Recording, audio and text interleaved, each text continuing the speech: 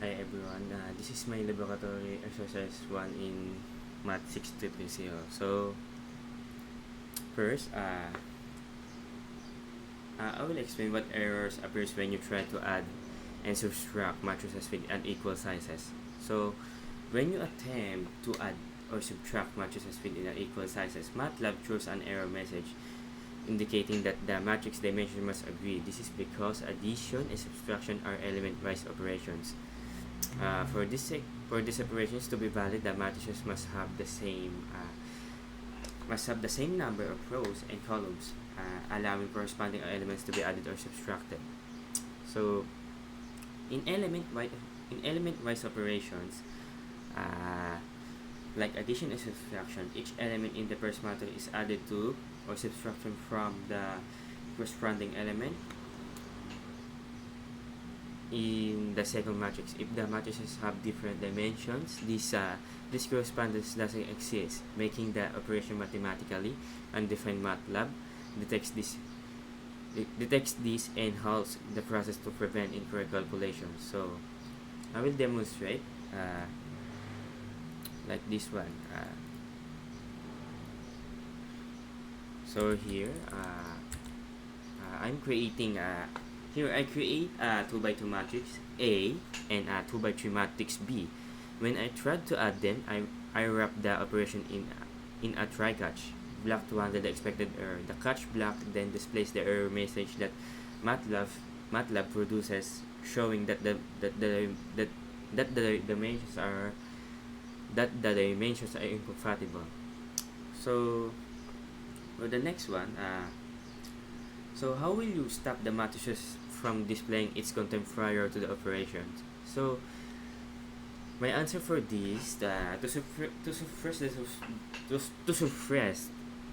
the display of matrix content in the MATLAB command window before an operation, you simply add a semicolon at the end of the line where the matrix is defined or calculated. This tells MATLAB to execute the command but not to display the result.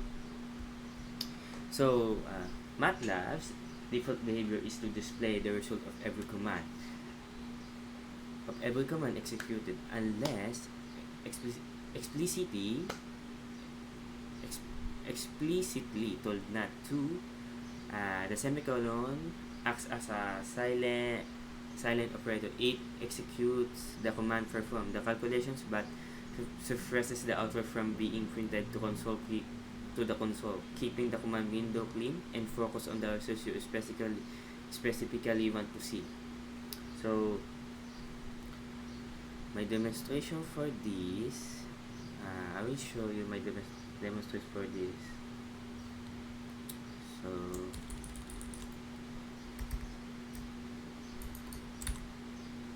this one. So in this code,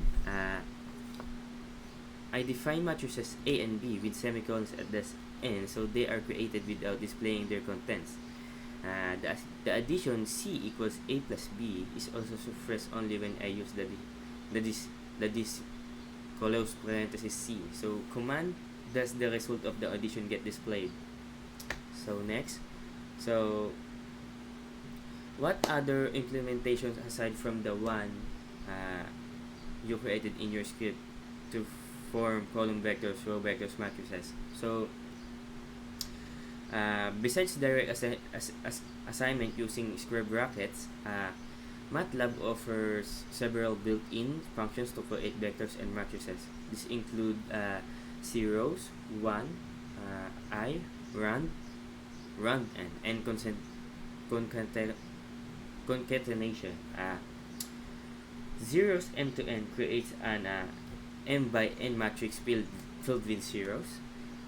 Once close parenthesis m and n creates an m by n matrix filled with ones. I close parenthesis n creates an n by n identity matrix. Run close parenthesis m and n creates an m by n matrix with uniformly distributed random numbers between 0 and 1. Rand n close parenthesis m and n creates an n by n matrix with normally distributed random numbers mean 0 standard deviation 1. So concatenation allows you to combine smaller matrices or vectors to form larger one uh, using this. I don't know how what is called for this.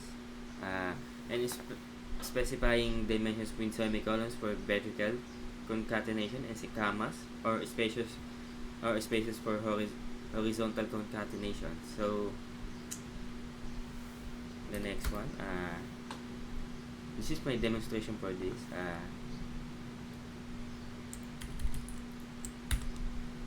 So this one. So in this segment, I show how to create column vectors, row vectors, and matrices using zeros, 1, rand, and I. Additionally, I demonstrate how to use concatenation to combine smaller matrices into larger ones both horizontally and vertically. So next, demonstrate the difference between a plus a squared, and a squared. So a plus a and a squared both perform standard matrix multiplication, while a dot squared performs element wise exponentiation. So a times a, this is the standard matrix multiplication.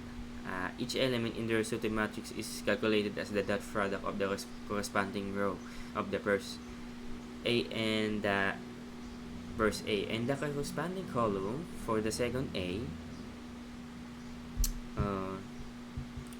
So next, a dot squared, this is an element wise operation. Each element in the matrix A is squared individually,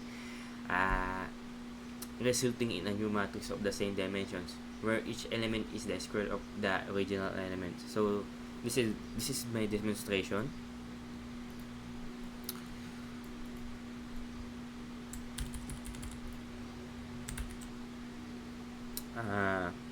I create a 2 by 2 matrix, 2 by 2 matrix A, then I compute a times a squared, and a squared also. The outputs of a times a and a squared will be identical, demonstrating that they both perform matrix multiplication. That the output of a dot squared will be different which element of the original matrix squared individually.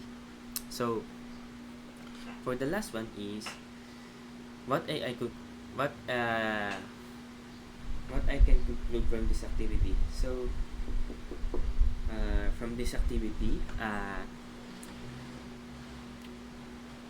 I gain a deeper understanding of matrix arithmetic operations in MATLAB, including addition, subtraction, multiplication, division, exponentiation, and negation. I also learned how to calculate determinants, suppress, output, and use different methods to create vectors and matrices.